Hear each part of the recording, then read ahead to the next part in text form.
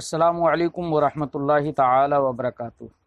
جامعہ رضویہ منظر اسلام کے on line سبق میں آپ کا خیر مقدم ہے۔ پیارے بچوں، کھولتے ہیں اپنی کتاب شرح جامی، صفحہ نمبر 14۔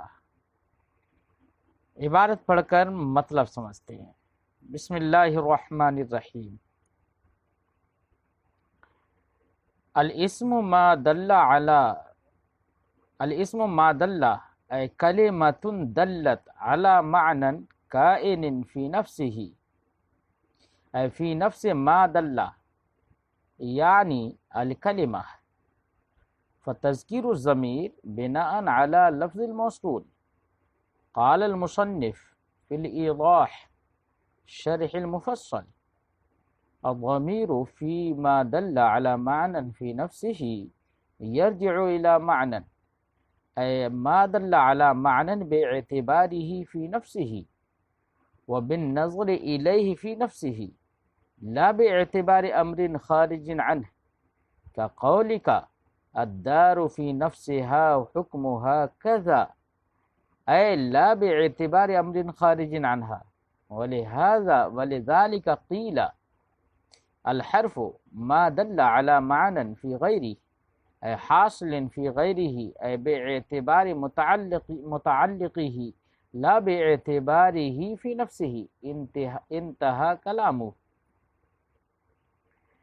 پیارے بچوں، ابھی آپ نے عبارت سنی۔ عبارت کے بعد اب مطلب سمجھتے ہیں کہ صاحب شرح جامی نے جو الاسم ما دلہ کے بعد کلمۃ دلت نکالا، پھر علی معنن کے بعد کائن نکالا، فی نفسہ کے بعد فی نفس ما دلہ نکالا۔ یہ وجوہ تفسیر کیا ہے ان کی، یہ کیوں نکالا؟ تو پیارے بچوں، اس سلسلے میں ہم آپ کو بتائیں کہ اسم کی جو تعریف ہے نا، اس تعریف پر کچھ اعتراضات ہیں۔ تو ہم اعتراضات پہلے بیان کرتے ہیں، اس کے بعد جواب دیتے ہوئے صاحب شرح جامی نے ان الفاظ کے ذریعے سے جو جواب دیے ہیں وہ جواب دینے کے وقت میں ہم صاحب شرح جامی کی عبارت کا انطباق کرتے چلے جائیں گے کہ اس عبارت سے کس چیز کا جواب دیا گیا ہے۔ پہلے ہم آپ کو اعتراضات بیان کرتے ہیں آپ کے سامنے۔ تو شروع ہوتے ہیں اعتراضات بیان کرنے میں۔ سب سے پہلا اعتراض اور سب سے پہلا سوال یہ ہے کہ فی نفسہ کی ضمیر کا مرجع کیا ہے؟ جو صاحب کافیہ نے کہا نا الاسم ما دل علی معنی فی نفسہ میں ہا ضمیر مجرور کا مرجع کیا ہے؟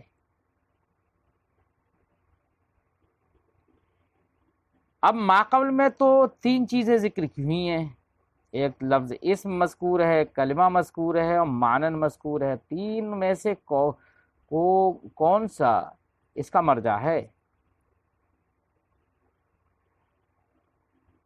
اگر ضمیر کا مرجع اسم بنائیں تو اسم کی طرف ضمیر کو لوٹانے کی صورت میں 5 خرابیاں لازم آ جائیں گی، کیونکہ اگر ضمیر کا مرجع اسم بنا دیں گے تو معنی ہوگا الاسم ما دل علی معنی فی نفس الاسم، یہ تو معنی ہوگا۔ تو اس صورت میں پہلی خرابی تو یہ ہو جائے گی کہ اخذ المحدود فی الحد لازم آ جائے گا، یعنی حد کے اندر آپ نے محدود جو اسم ہے اس کو لے لیا، اور یہ صحیح نہیں۔ دوسری خرابی لازم آئے گی کہ تفصیل اجمال کے موافق نہ ہو، کیونکہ ماقبل وجہ حصر میں اجمالاً تعریف معلوم ہو گئی تھی، تو ماقبل میں وہ اجمال تھا، وہاں پر لأنہا کہا تھا مصنف نے، تو لأنہا میں ہا جو ضمیر تھی اس ضمیر کا مرجع کلمہ تھا، اور یہاں پر فی نفسہ میں ضمیر کا مرجع آپ نے اسم کو بنا دیا۔ 2 خرابیاں۔ تیسری خرابی صاحب مفصل کی مخالفت بھی لازم آئے گی، کیونکہ انہوں نے ضمیر معنی کی طرف لوٹائی ہے، جیسے کہ مفصل کی شرح کرتے ہوئے ایضاح میں مصنف نے خود اس کا ذکر کیا ہے۔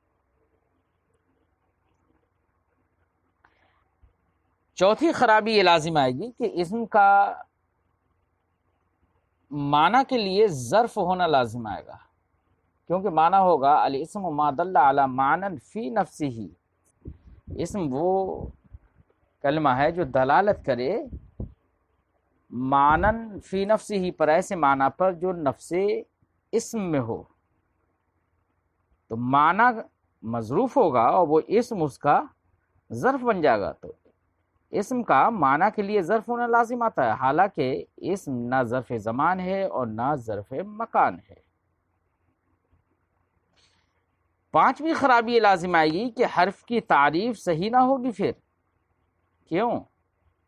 اس لیے کہ جب اسم کی تعریف میں فی نفسہ کی ضمیر اسم کی طرف راجع ہے، تو حرف کی تعریف میں فی نفسہ کی ضمیر حرف کی جانب راجع ہوگی ضمیر، لہذا معنی ہوگا الحرف ما دل علی معنی فی غیرہ اے غیر الحرف، تو ضمیر غیر تو حرف کی جانب لوٹی،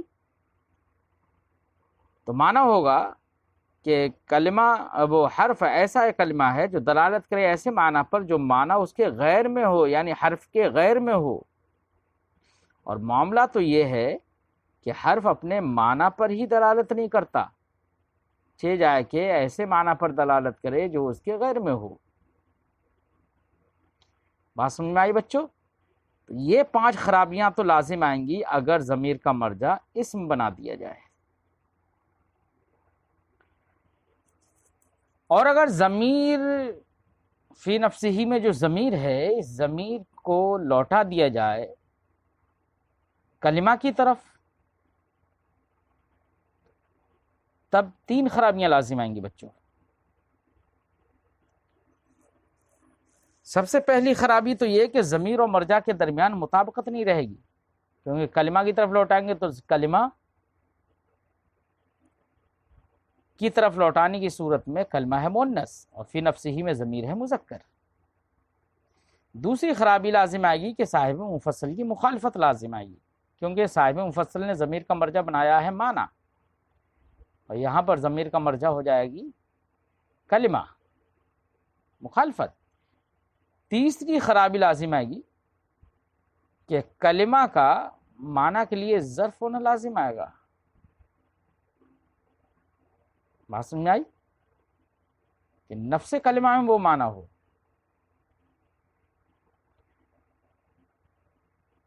یہ اگر ضمیر کلمہ کی طرف جانب لوٹائیں تو یہ 3 اعتراضات، 3 خرابیاں،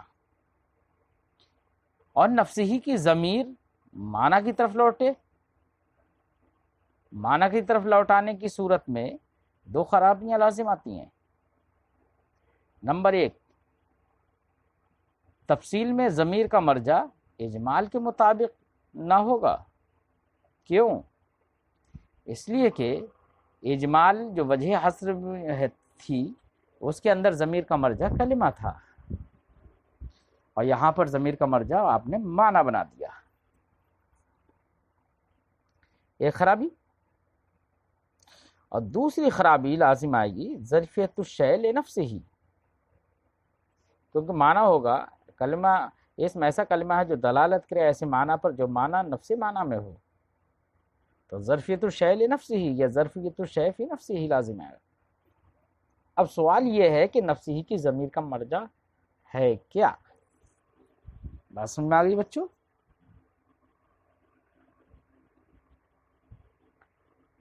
کیا آ گئی؟ بات سمجھ میں آئی؟ اعتراضات سمجھ میں آئے؟ اب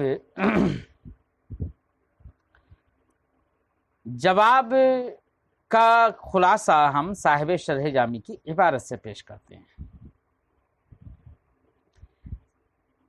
اب دیکھیے پہلے اسم کی تعریف پر نظر ڈالیے۔ الاسم ما ضمیر سے مراد کی ما دلہ میں دلہ کی ضمیر کا مرجع کیا ہے؟ تو ظاہر بات ہے اے کلمتن دلت، یہ صاحب شرح جامی نے کلمتن دلت نکال کر دکھا دیا، یعنی دلہ کی ضمیر کا مرجع کیا ہے؟ کلمہ ہے، اور کلمہ ہے تو وہ تو مؤنث ہے، تو کلمتن دلت ہونا چاہیے نا، لیکن چونکہ دلہ کی ضمیر چونکہ لوٹ رہی ہے ماں کی جانب، ماں کا لفظ جو ہے وہ مذکر ہے، اگرچہ ماں سے مراد کلمہ ہے، تو دلہ کی ضمیر کا مرجع کلمہ ہوا اور ضمیر لوٹ رہی ہے ماں کی جانب، اس لیے ضمیر یہاں پر مذکر ہے۔ علی معنن، اسم وہ کلمہ ہے جو دلالت کرے معنی پر، فی نفسہ ہی، تو یہاں پر بھی ایک اعتراض ہو سکتا تھا کہ فی نفسہ ہی یہ دلہ سے متعلق ہے اور دلہ کا صلہ فی آتا نہیں ہے، تو اس کا جواب دینے کے لیے فرمایا نہیں، فی نفسہ ہی یہ دلہ سے متعلق نہیں ہے، بحذوف سے متعلق ہے، در حقیقت فی نفسہ ہی یہ صفت واقع ہے معنن کی، اصل عبارت ہوگی علی معنن کائن فی نفسہ ہی، ایسے معنی پر دلالت کرے جو معنی کہاں ہو؟ اسی کی ذات میں ہو۔ اب فی نفسہ ہی پر ہم جو اعتراضات بیان کر چکے ہیں ان کو ذہن میں رکھنا۔ اے فی نفس ما دلہ، اس سے صاحب شرح جامی نے کیا جواب دے دیا؟ اعتراض تھا نا کہ ضمیر فی نفسہ میں ضمیر کا مرجع کیا ہے؟ آیا کہ کلمہ ہے یا معنی ہے یا اسم ہے؟ سب میں خرابیاں ہم نے بتائی تھیں۔ صاحب شرح جامی نے جواب دیا اے فی نفس ما دلہ، فرماتے ہیں کہ ضمیر فی نفسہ ہی میں ضمیر کا مرجع کلمہ ہے۔ کیا ہے؟ کلمہ۔ اب آپ کہیں گے کلمہ اور ضمیر کے درمیان مطابقت نہیں، مرجع اور راجع کے درمیان مطابقت نہیں رہی، تو جواب کیا دیں گے؟ جواب دیں گے کہ دیکھیے حقیقت میں تو ضمیر لوٹ رہی ہے ماد اللہ کی جانب، اور ماد اللہ سے مراد کلمہ ہے۔ کیا ہے؟ ماد اللہ سے مراد کلمہ ہے، اور فی نفسہ ہی میں ضمیر لوٹ رہی ہے ماد اللہ کی جانب، معنی ہوگا اسم وہ کلمہ ہے جو دلالت کرے ایسے معنی پر جو معنی اسی ما دلہ کے نفس میں ہو، اور ما دلہ سے مراد کلمہ، تو کلمہ کے نفس میں ہو۔ تو اب وہی صاحب شرح جامی فرماتے فتذکیر الضمیر فی نفسہ ہی میں آپ اعتراض کریں گے راجع مرجع کے مطابق کے درمیان مطابقت نہیں رہی، تو فرماتے ہیں فتذکیر الضمیر بناء علی لفظ الموصول، ضمیر کو مذکر لانا لفظ موصول پر بنا کرتے ہوئے ہے، کیونکہ لفظ موصول ماد اللہ کی طرف لوٹ رہی ہے ضمیر، اور ماد اللہ سے مراد اگرچہ کیا ہے؟ کلمہ ہے، تو ما تو لفظ کے اعتبار سے مذکر ہے، اس لیے ضمیر فی نفسہ ہی میں مذکر کیا لے آئے مصنف۔ بات سمجھ میں آئی؟ اچھا، ایک اور صورت بتا رہے ہیں صاحب شرح جامی، فرماتے ہیں کہ ضمیر کا مرجع معنی بھی ہو سکتا ہے۔ کیا ہو سکتا ہے؟ معنی، اور معنی ہوگا، اب مطلب ہوگا کہ اسم وہ کلمہ ہے جو دلالت کرے ایسے معنی پر جو معنی فی نفس ہی ہو۔ کیا ہو؟ فی نفس ہی ہو جو معنی، یہ معنی ہوگا۔ تو اس پر اعتراض تھا کیا کہ ایسی صورت میں ظرفیت الشیء لنفسہ ہی لازم آئے گا۔ کیا لازم آئے گا؟ ظرفیت الشیء لنفسہ، یہ اعتراض تھا اس کو لے کر۔ تو جواب دیتے ہیں صاحب شرح جامی کہ مصنف علیہ رحمت و رضوان یعنی صاحب کافیہ نے مفصل کی شرح ایضاح کی ہے، اس شرح میں یہ فرمایا ہے، شرح میں یہ فرماتے ہوئے یہ کہا ہے کہ صاحب مفصل کے نزدیک ضمیر کا مرجع معنی ہے۔ تو جب مفصل میں ضمیر کا مرجع معنی ہے تو اس کی مطابقت کرتے ہوئے یہاں پر ضمیر کا مرجع معنی بنا دیا جائے، اور جب ضمیر کا مرجع معنی بنا دیں گے تو پھر ایک اعتراض ہوگا ظرفیت الشیء لنفسہ ہی، تو اس کا جواب صاحب شرح جامی یہاں پر دے دیتے ہیں۔ بہرحال پہلے تو بیان کر رہے ہیں قال المصنف الایضاح، وہی ضمیر کا مرجع اگر معنی بنا دیں تو صاحب مفصل کی مطابقت ہو جائے گی، جیسے کہ صاحب کافیہ نے ایضاح کی شرح مفصل کی شرح ایضاح میں یہ بات کہی ہے۔ قال المصنف فی الایضاح، مصنف نے ایضاح جو کہ شرح مفصل ہے اس میں کہا الضمیر فی ما دل علی معنی فی نفسہ، کہ ما دل علی معنی فی نفسہ میں جو نفسہ میں ہا ضمیر مجرور ہے، یہ ضمیر یرجع الی معنن، کس کی جانب لوٹ رہی ہے؟ ضمیر معنی کی جانب لوٹ رہی ہے، اور معنی کی جانب لوٹنے کا مطلب کیا ہوگا؟ مطلب کیا ہوگا؟ کہہ رہے ہیں اے ما دل علی معنی باعتبارہ فی نفسہ۔ اب یہ اس اعتراض کا جواب دینے کے لیے صاحب شرح جامی فرما رہا ہے ما دل علی معنی باعتبارہ فی نفسہ، جو کہ اعتراض کیا گیا تھا کہ ظرفیت الشیء لنفسہ لازم آئے گا۔ تو جواب صاحب شرح جامی دیتے ہیں کہ یہاں پر ظرفیت الشیء لنفسہ لازم نہیں آئے گا۔ کیوں؟ اس لیے کہ معنی یہ نہیں ہے کہ اسی کی نفس میں ہو، اس فی نفسہ کا معنی ہے باعتبار نفسہ، باعتبارہ فی نفسہ، یہ معنی ہے۔ اور باعتبارہ فی نفسہ کا مطلب ہوتا ہے یعنی خود اسی کی ذات کی طرف نظر کرتے ہوئے، نہ کہ امر خارج کی طرف نظر کرتے ہوئے۔ اب مطلب ہوگا اسم وہ کلمہ ہے جو دلالت کرے ایسے معنی پر جو معنی اس کے نفس میں اسی کی ذات کی طرف نظر کرتے ہوئے ہو، جو معنی ملحوظ ہو باعتبار اسی کی ذات کی طرف نظر کرتے ہوئے، امر خارج کی طرف نظر کرتے ہوئے ملحوظ نہ ہو۔ یہ بالکل ایسے ہی ہوگا جیسے کہ کہا جاتا ہے الدار فی نفسہا حکمہا کذا، گھر فی نفسہا، اس کا تو معاملہ ایسا ہے، اس کا حکم ایسا ہے۔ مطلب اگر ہم نے گھر کہیں پر جا کے دیکھا تو گھر اچھا ہے یا برا ہے، تو کہا جاتا ہے کہ گھر دیکھنے میں تو بہت اچھا ہے، فی نفسہا بہت اچھا ہے۔ فی نفسہا کا مطلب یہ نہیں ہے کہ گھر خود اپنی نفس میں ہو گیا، یعنی ظرفیت الشیء لنفسہ لازم آ گیا۔ مطلب ہوتا ہے فی نفسہا کا گھر فی نفسہا اچھا ہے، یعنی اسی کی ذات کی طرف اگر دیکھو، خود گھر کو اگر دیکھو تو گھر ٹھیک ہے، امر خارج کی طرف نظر کرتے ہوئے نہیں، بلکہ خود گھر کو دیکھو تو ٹھیک، اور گھر کو نہ دیکھو، امر خارج یعنی پڑوسیوں کو دیکھ لو تو ٹھیک نہیں ہے۔ یہ تو کہا جاتا ہے کہ مثلا غلط لوگوں کے بیچ میں کوئی اچھا گھر ہے، تو اب ایسی صورت میں کہا جاتا ہے فی نفسہا گھر تو اچھا ہے۔ تو اس کا مطلب یہ نہیں ہے کہ گھر کو خود گھر میں گھسیڑ دیا، ظرفیت الشیء لنفسہ، مطلب کیا ہوتا ہے کہ خود گھر کی طرف نظر کرتے ہوئے امر خارج کی طرف نظر نہ کریں تو گھر اچھا ہے، اور اگر امر خارج کی طرف دیکھیں تو پڑوسی ایسے ایسے ہیں، تو اس لیے امر خارج کی طرف نظر کرتے ہوئے ایسا نہیں ہے، صحیح نہیں ہے۔ یہی مطلب ہوتا ہے نا۔ ایسے یہاں پر مطلب ہے کہ اسم وہ کلمہ ہے جو دلالت کرے ایسے معنی پر جو فی نفسہ ہی ہو، یعنی بے اعتبار ذات، بے اعتبار نفس، فی نفسہ ہی جو معنی ہو۔ اور بے اعتبار فی نفسہ ہی کا مطلب ہوتا ہے بچوں استقلال بالمفہومیت۔ بات سمجھ میں آ گئی جی؟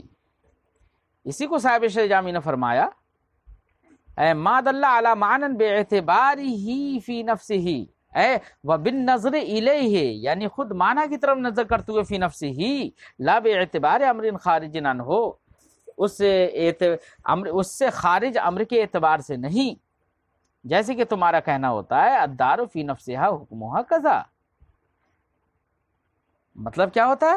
مطلب ہوتا ہے کہ گھر اپنے ذات کی طرف نظر کرتے ہوئے ذات کے اعتبار سے اچھا ہے، ٹھیک ہے، یا ایسا ہے، برا ہے، کچھ بھی کہیں، لا باعتبار امر خارج عنہ، اس گھر سے امر خارج جو ہو اس امر خارج کے اعتبار سے نہیں، یہ معنی ہوگا۔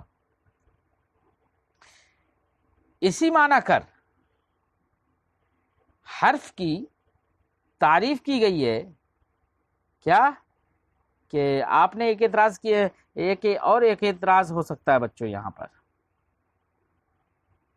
وہیں طور کہ کوئی یہ کہے کہ حرف تو خود اپنے معنی ہی پر دلالت نہیں کرتا ہے، جیسے ہم نے کہا تھا نا کہ اس سے پہلے کہ ضمیر لوٹ رہی ہے اسم کی جانب، تو ہم نے اعتراض کیا تھا کہ حرف کی تعریف میں ضمیر حرف کی جانب لوٹے گی، تو حرف کی تعریف میں معنی کیا ہوگا کہ حرف ایسا کلمہ ہے جو دلالت کرے ایسے معنی پر جو معنی حرف کے غیر میں ہو، یہ معنی ہو جائے گا۔ تو وہاں پر ہم نے اعتراض کیا تھا کہ حرف تو خود اپنے معنی ہی پر دلالت نہیں کرتا ہے، تو ایسے معنی پر دلالت کیسے کرے گا جو اس کے غیر میں ہو؟ بات سمجھ میں آئی؟